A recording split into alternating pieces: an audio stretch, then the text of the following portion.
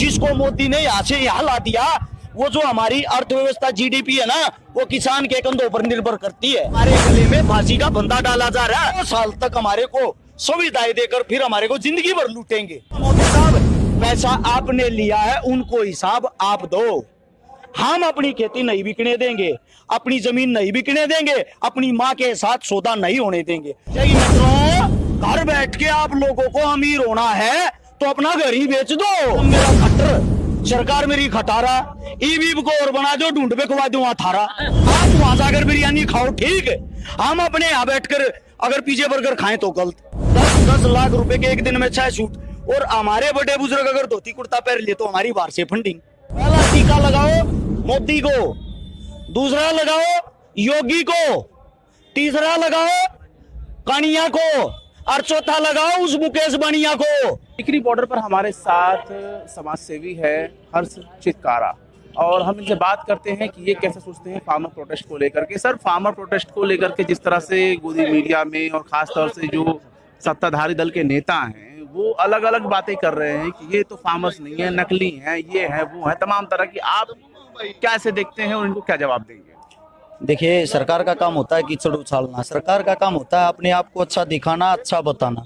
सरकार अच्छी किन की नजरों में बनी हुई है? जो इनकी गोदी मीडिया है, गोदी मीडिया के पास इनका पहले से ही फंडिंग हो रखी है।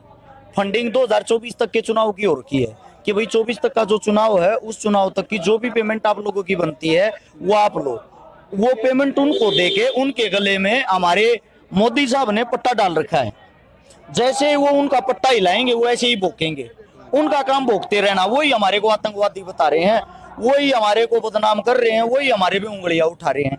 अब एक नॉर्मल ही बात सोच के देखिए आप, उस तरफ जो हमारी हिफाजत के लिए या सरकार की हिफाजत के लिए जो बेटा खड़ा है, वो जवान, वो किसका बेटा है? वो किसान का बेटा है, किसी नेता मंत्री एमएलए का नहीं।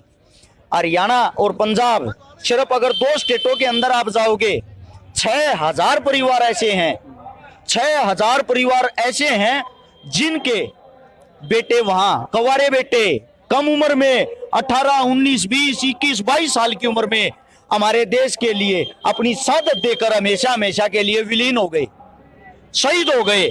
और वे 6000 परिवार बर्बाद हो गए क्योंकि उनकी वंश बेल चलाने वाला आगे कोई नहीं था। जब अकेले हरियाणा पंजाब का इतिहास बता रहा हूं मैं आपको, राजस्थान में और बड़े हैं। राजस्थान में बहुत ज्यादा, अगर आप जाओगे हर घर से फौजी निकलता है। हमारा बेटा फौजी है, हमारा भाई फौजी है, हम ही देश के आतंकवादी हो गए। यानी कि जो देश की सुरक्षा में दिन रात अपने बच्चों को, अपने बेटों को भेजता है, क्या आज वही किसान को आतंकवादी हो गई? जिस समय ये हमारे श्रीमान नरेंद्र मोदी साहब यहाँ हरियाणा के अंदर आए थे, हरियाणा के अंदर उस समय तो ये कह रहे थे हरियाणा का आदमी सबसे बहादुर है, हरियाणा ने बॉर्डर के लिए, देश के लिए इतनी कुर्बानियां दी है। अब वही आदमी आतंकवादी हो गया, आतंकवादी दिखाई देने लग गया। हमारे बेटे, हमारे बच्चे कम उम्र में जो 10, 11, 12 साल की उम्र होती है ना, सड़कों पर 4 बजे उठकर तैयारियां कर देते हैं, मां बड़ा होकर फौजी बनूंगा और देश की रक्षा करूंगा। हमारा पिता, हमारे काका, हमारे ताऊ, हमारे पूर्वज सुबह 4 बजे जल्दी उठकर खेतों में जाते हैं, अन्न पैदा करते हैं। उस अन्न को ये गोदी मीडिया, ये गोदी के कुत्ते और ये सारे नेता मंत्री एमएलए सबके सब उसी अन्न को खाते हैं। अगर इनको यही किसान आतंकवादी लगता है तो अपना असल में इनके पास है ही क्या? ये तो बिरयानी खाने के लिए पाकिस्तान चले जाते हैं, ये तो सही पता होगा आपको। वहां तो केक काटने के लिए श्रीमान नरेंद्र मोदी साहब केक काटने के लिए जाते हैं पाकिस्तान में, सबके सामने है ये। और हम इनको आतंकवादी नजर आते हैं जब अपने हक के लिए आवाज उठा रहे हैं। अगर हक के लिए आवाज उठाना आतंकवादी है तो इसका मतलब तो पूरा भारत देश आतंकवादी है, क्योंकि भारत देश के अंदर 80% आदमी खेती करते हैं, खेती से ताल्लुकात रखते हैं, खेती से जुड़े हुए हैं। भारत देश की जो जीडीपी है, जिससे देश चलता है, जो अर्थव्यवस्था है, जिसको मोदी ने यहाँ से यहाँ ला दिया, वो जो हमारी अर्थव्यवस्था जीडीपी है ना, वो किसान के कंधों पर निर्भर करती है। किसान एक ऐसी कौम है, किसान एक ऐसा भगवान है जो पूरे भारत देश का नहीं, पूरे विश्व का पेट भरता है। किसान वो किसान है जो जीडीपी में सबसे ज्यादा हिस्सेदारी देता है, जिससे ये नेता मंत्री खाकर, घूस खाकर अपने पेट को यहां से यहां पहुंचा देते हैं, अपनी बड़ी बड़ी कोठियां बनाते हैं, सोचने की बात कभी मीडिया वालों ने सोचा? मैं आपसे पूछना चाहता हूं, एक विधायक की तनख्वाह 2 से 3 लाख रुपए है। एक विधायक 5 साल के नाम का बनता है, कई हजार करोड़ रुपए की प्रॉपर्टी जोड़ लेता है, कई हजार करोड़ रुपए की फंडिंग कर लेता है, उसका लड़का विदेशों में पढ़ने के लिए जाता है, और साला आतंकवादी हम। सरकारी स्कूल अस्पताल खोल रखे हैं, किसी भी सरकारी स्कूल में जाकर देख लेना, कोई गरीब बच्चा भी पढ़ने नहीं जाता क्योंकि स्कूलों की हालत खराब है। किसी भी आप अस्पताल में जाकर देख लेना, किसी का भी इलाज नहीं होता, वहां से ही गिरे रहते क्योंकि सब कुछ लूट कर खा लिया इन लोगों ने। आपको पता है, अगर प्राइवेट अस्पताल नहीं होते, सरकारी अस्पतालों में सभी सुविधाएं होती। जैसे प्राइवेट अस्पताल आए, उन्होंने फैसिलिटी बहुत ज्यादा दे दी, फैसिलिटी देते ही सरकारी अस्पताल बंद हो गए। ऐसे ही जब सरकारी स्कूल हैं, यहाँ प्राइवेट जो स्कूल ये लेके आए हैं, प्राइवेट स्कूलों में इतनी फैसिलिटी दे दी, सरकारी स्कूलों में आदमियों ने जाना बंद कर दिया। सेम यही काम अब हमारे साथ सरकार करने जा रही है। जो अंबानी और अडानी है, वे हमारे को आने वाले 2 साल में इतनी फैसिलिटियां दे देंगे, इतनी फैसिलिटियां दे देंगे, सरकार हमारे को ये दिखा देगी, देखा। इसीलिए यही काले कानून जिनको आप लोग बोल रहे हो, ये कानून इसीलिए लेकर आए थे, किसान कितने खुश हैं। उसके बाद क्या होगा, सभी मंडियां बंद हो जाएंगी, सारी चीजें बंद हो जाएंगी, किसानों के यहां से हाथ कट जाएंगे, हमारे पास कोई चारा नहीं होगा भागने का। हमारे ऊपर शिकंजा जब कसा जाएगा ना, 2 साल तक हमारे को सुविधाएं देकर फिर हमारे को जिंदगी भर लूटेंगे। जियो जो एक अंबानी जी का नेटवर्क कंपनी है, जियो के फोन है, जियो की सिम है, वे हमारे बीच आई कितने साल पहले आई थी, शायद मेरे हिसाब से 2016 में आई होंगी, 4 साल ही हुए होंगे। जब जियो हमारे बीच में आई ना, जियो में free net, free calling, free बात, फ्री सुविधाएं दे दी सारी। कितने दिन? 1 साल। 1 साल में हमारी जो सरकारी कंपनी है BSNL, उसका भट्ठा गोड़ हो गया। एयरटेल, वोडाफोन, आइडिया सब कुछ बंद कर दिया अकेली जियो ने। जब सबके बस्ते बंद हो गए, अंबानी जो बड़ा बिजनेसमैन है, उसने उसी टाइम नेट को भी पैसों में कर दिया, कॉल को भी पैसों में कर दिया, क्योंकि घर घर घर घर जियो के नंबर हो गए। अब ऐसा तो कोई हो नहीं सकता, जिसने नंबर ले लिया उसको तोड़ के फेंक देगा। आपके पिताजी का नाम मैंने सतबीर रख दिया, ऐसा तो है नहीं कागजों में आपने सतबीर लिखवा लिया तो आप उसको बदल दोगे, क्योंकि वो तो हो चुका। सेम ऐसे ही हमारा नंबर जब सबके पास बट चुका है, तो हम उस नंबर को तोड़ के नहीं फेंकेंगे। अब वही इंसान हर 3 महीने में हमारे से 600 रुपए लेने लग गया। यही काम ये अब करेंगे। एक बात सोच के देखो, पूरे हरियाणा के अंदर आम, अमरूद, टमाटर, खीरे, कुछ भी ले लो, सब कुछ मैं सबसे खरीद लेता हूं। मैं बिजनेसमैन हूं, मेरा बहुत बड़ा जुगाड़ है, मेरा बहुत बड़ा स्टोर है। मैंने आप सबसे जितने भी यहाँ मेरे काका ताऊ खड़े हैं, इनकी खेती सारी मैंने खरीद ली, और मैंने खरीद कर उनको स्टॉक कर लिया 6 महीने के नाम का। नहीं देता मैं तो मेरी मर्जी। अब जब मैं सबके खरीद रहा हूं, मेरे पास तो उनको रखने के लिए व्यवस्था है, मैंने उनको अपने पास रख लिया। अकेले प्याज को मैंने अपने पास रख लिया, आप सबसे स्टॉक करके। मैंने इनसे प्याज खरीदा है 5 रुपए किलो में। 6 महीने तक मैं प्याज नहीं बेचता, 6 महीने बाद वही प्याज लोगों की रसोई तक पहुंचेगा। मैं अपने प्याज को 100 रुपए किलो बेचूंगा, और ये सब लेंगे। क्यों लेंगे? क्योंकि इनके पास है ही नहीं और कहीं से, इनकी मजबूरी बन जाएगी, कोई रास्ता ही नहीं है, इनकी मजबूरी बन जाएगी।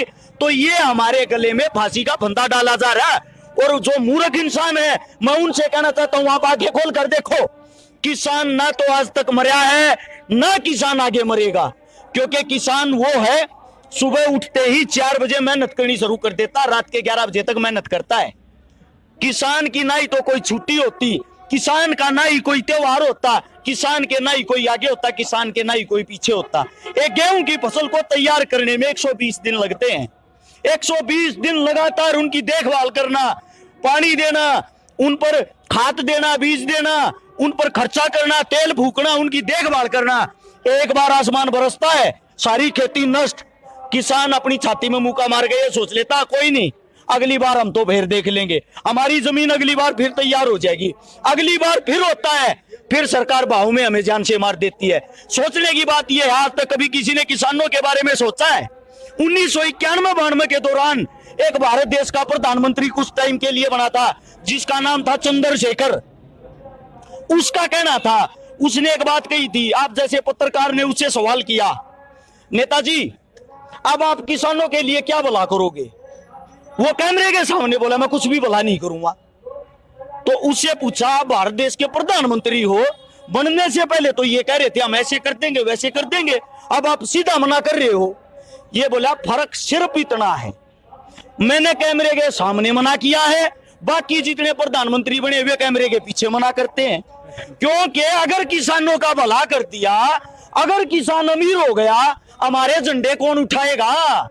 हमारी पार्टियों की नारेबाजी कौन करेगा? इनको दुख इस बात का है, कहीं किसान, आज किसान पुत्र, किसान के बेटे, किसान के बच्चे पढ़े लिखे हैं, ग्रेजुएट हैं, ऊंची ऊंची पोस्टों पर हैं, ऊंचे ऊंचे पदों पर हैं, इन ये सोच रहे हैं अगर किसान कौम ऐसे ही आगे बढ़ती रही, कहीं भारत देश के प्रधानमंत्री आने वाले समय में यही ना बन जाए। इनका काम है जो किसान आगे बढ़ रहा उसकी बेल को काटना। लेकिन हम जागरूक हो चुके हैं, हमारे बड़े बुजुर्ग, काका, ताऊ, दादा सब आपके चारों तरफ तक खड़े हैं। ना ही तो किसान पहले झुका था, ना ही किसान अब झुकेगा। मोदी साहब को ये दिखा देंगे किसान क्या चीज है, अपना हक लेके रहेंगे। क्योंकि ये जो लूट मार मचा रखी है ना मोदी साहब, मैं आपको एक बात बताना चाहता हूं, आपने बड़े बड़े स्टोर बनाने के लिए अंबानी से पैसे लिए होंगे, अडानी से पैसे लिए होंगे, हम क्या करें? पैसा आपने लिया है, उनको हिसाब आप दो। हम अपनी खेती नहीं बिकने देंगे, अपनी जमीन नहीं बिकने देंगे, अपनी मां के साथ सौदा नहीं होने देंगे। जो 3 काले कानून हैं उनको वापिस लेकर रहेंगे, उनको वापिस देंगे और ये वापिस करेंगे, ये गारंटी आप देख लेना। आप भी यही हूं, मैं भी यही हूं। आने वाले समय में 100% वापिस देंगे। तो बहाना ढूंढ रहे हैं को बिचौलिया मिल जा, जो अगर छोरे छोरी का ब्याह नहीं होया करे, बिगड़ जा, बिचौलिए न पकड़ेंगे, वो किसा रिश्ता करा रहे, वो एक काम हो रहा है, बिचौलिया ढूंढने लग रहे हो, किसा रिश्ता करा लिया। पर ये तो ये लाठी ठारे हैं, ऊपर ये तो मोदी झुक गया, उसकी बेइज्जती हो जाएगी, उसकी अकड़ टूट जाएगी, वो तो अपनी अकड़ में रहे है, उसने तो किसी चीज से मतलब नहीं। उससे बड़ा झूठा मन कहीं भी नहीं देखा। वो ये कह रहा है 1957 में मैं 2 रुपए की चाय बेचता था। सोच के देखो, हमारे बड़े बुजुर्ग खड़े हैं, 80 साल का ताऊ मेरे ताऊ तो पूछ के देखो, 1957 में देसी घी 2 रुपये किलो था। इसका मतलब तो तू जब भी लूट क्या करता लोगों ने, एक चाय 1 किलो घी में दिया करता। दूसरी बात, उसकी बात सुन के देखना, मैंने बहुत गरीबी देखी है। मेरे पास स्कूटर था, खुद कह रहा है, उस टाइम पर स्कूटर था। 4 ग्रेजुएट इसके भाई थे, पढ़े लिखे। मोदी साहब भी एमए कर रहे, नहीं बताओ तो आपको, ग्रेजुएट, यानी कि 4 पढ़े लिखे आदमी। अगला ही जुमला होता, मेरी माँ मित्रों उस समय पे बर्तन धोती थी। अरे मूर्ख आदमी का तो तुम पागल थे, जब जिनके घर में 4 पढ़े लिखे उस टाइम पे, हमने तो न्यूज़ सुनी, हमारे दादा बताया करते, 5वीं पास फौज में लग जाया था, 5वीं पास नौकरी मिल जाया करती, यो एमए कर कभी माँ पर बर्तन धोवान लग रहा। ये पाखंड है, जुमले हैं और कुछ नहीं, जुमलों से अलग इसने कुछ नहीं आया। अब भी आती है ऐड मित्रों, थोड़ी देर में देखना, आप आने वाले 1 साल में ऐड आने लग जाएगी। मित्रों अगर अमीर होना है, घर बैठ के आप लोगों को अमीर होना है तो अपना घर ही बेच दो। देखिए ये क्या है, यो झूठेबाज ढोंगी फरेबी पर्यंत यो हमारा खट्टर साहब, आपको पता होगा पूरे भारत देश के सीएम में सब तो बूढ़ा यो बताया है। इसका तो सीधा एक कहना है, नाम मेरा खट्टर, सरकार मेरी खटारा, ईवी को और बना दो, ढूंढ पे खुवा दूंगा थारा। इन कर दिया हमारा नाश, इन कोई काम नहीं। और अब हम जागरूक हो चुके, हम अनपढ़ नहीं है, हमारे घर के बाहर आगे वोट मांग के चले गए, चुनाव आने दो, इनको ये बता देंगे किसान क्या है। और दूसरी बात, आप लोगों के सामने ये हक लेकर रहेंगे, इस बात को नोट कर लेना, और जो गोदी मीडिया उस तक पहुंचाने का काम करना। ये मैं कोई बिजनेसमैन नहीं हूं, ना ही मैं एक किसान परिवार से किसान का बेटा हूं। मैं इसलिए आपको ये बातें बता रहा हूं। अगर जमीनी सतर पर जाके देखोगे, मेरे 1 इंच भी जमीन बाटे नहीं आती, मेरा कोई खेत नहीं है, लेकिन मैं जो अन्न खाता हूं ना, अन्न वो किसान के घर से आता है, किसान उसको पैदा करता है, मैं इसलिए यहाँ आया हुआ हूं। अगर मैं भी ये सोचने लग जाऊं तेरा खेती है नहीं है, तू क्यों जा रहा है, ये सोचो जो हमारी प्लेट में जो रोटी आती है ना, उसको बनाने में पकाने में कितनी मेहनत करनी पड़ती है। किसान अपने बेटे से ज्यादा अपनी फसल का ख्याल रखता है, और जब हमारे तक पहुंचाता है उसी अन्न को ये खाकर हमारे को गालियां बकते हैं। शर्म की बात, आप भी मानते होगे इस बात को? अगर इससे अलग आपका कोई सवाल जवाब हो तो बता वो दो। कहते हैं कि ये तो पिज्जा खा रहे हैं, ये तो बर्गर खा रहे हैं, ये तो किसान ही नहीं है। देखो वो हमारी किस्मत है, आप भी आ जाओ, आपको भी खिला देंगे। आके तो देखो, आपको भी खिला देंगे, हमारी मर्जी, हम कुछ भी खाए। आप कौन होते हो हमारे को रोकने वाले? आप वहां जाकर बिरयानी खाओ, ठीक है, हम अपने यहाँ बैठकर अगर पिज्जा बर्गर खाएं तो गलत। बिरयानी पे याद है, इनके एक बीजेपी के एक नेता ने कहा है कि ऐसा है कि बर्ड फ्लू बहुत फैल रहा है और ये बर्ड फ्लू फैलाने के लिए जो है ये चिकन बिरयानी खा रहे किसान, हालांकि हमने भी चिकन बिरयानी नहीं देखी। अच्छा एक बात बताओ, ऐसा हो सकता है कि मैं एड्स की बीमारी फैलाने के लिए अपना लगवा लूं? हो सकता है ऐसा, कोई अपनी बलि दे दे? ये तो मूर्ख से मूर्ख इंसान भी समझता। अब नई बीमारी लेके आए हैं, यो कोरोना रोकने की क्या आई है रोवा? वैक्सीन। पहला टीका लगाओ मोदी को, दूसरा लगाओ योगी को, तीसरा लगाओ कानिया को, और चौथा लगाओ उस मुकेश बानिया को। यहाँ ये मत फैलाओ। क्या कोरोना है? पूरे कोरोना में हम घूमे भाई, हमारे को पता, हमारे को तो कोई बीमारी नहीं लगी। हमारे बुजुर्ग इनके लाल लाल चेहरे आज भी रहे, कौन सी बीमारी भाई इनकी? आड़े इतने मानस बैठे कि इसका कोरोना है। ये सिर्फ भारत देश को लूटने का एक बहुत ही ऊंचा एजेंडा है। अगर आंकड़ों पर जाओगे, आज तक इससे पहले 14 प्रधानमंत्री बने हैं। 14 प्रधानमंत्रियों ने टोटल मिला के भारत देश तक 84 लाख करोड़ रुपए का कर्जा लिया है। कितना? 84 लाख करोड़ रुपए का। इस भूपा ने एक लेना 7 साल में तो डबल ले लिया, 164 लाख करोड़ रुपया का। और क्यों करनाश करेगा हमारा? यो नहीं तो बता दो।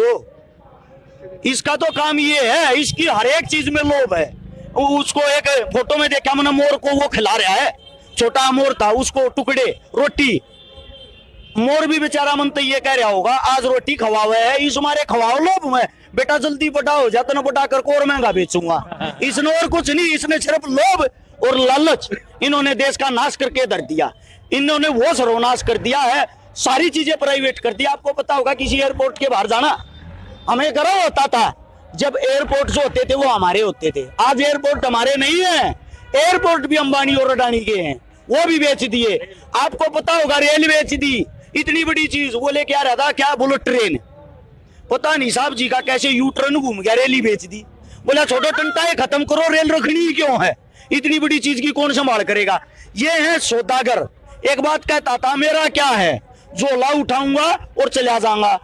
इसने तो जाना है हमारी माँ गोटनी, और कोई काम नहीं। सब क्या इन झोले में गाल गए और ले गए लकड़ंगा गिरा क्या वो भी नहीं, ना के माँ के ना के मैं पीछे। कोई वंश बेल हो, कुछ पैदा कर रहा है क्या हो तो पता लगे ना, घर कैसे चलता है, घर का तो पता नहीं। साहब जी अपने आप को गरीब बताते हैं, 10-10 लाख रुपए के एक दिन में 6 सूट बदलते हैं। 10-10 लाख रुपए के एक दिन में 6 सूट। और हमारे बड़े बुजुर्ग अगर धोती कुर्ता पहन ले तो हमारी बाहर से फंडिंग। वाह मोदी साहब, हमेशा ये हमारे बीच पाखंड लेके आए, हमने कोई भी पाखंड कामयाब नहीं होने दिया। आपको पता होगा अब इन्होंने एक दिन की भूख हड़ताल की थी भारतीय जुमला पार्टी के नेताओं ने। किस चीज के लिए?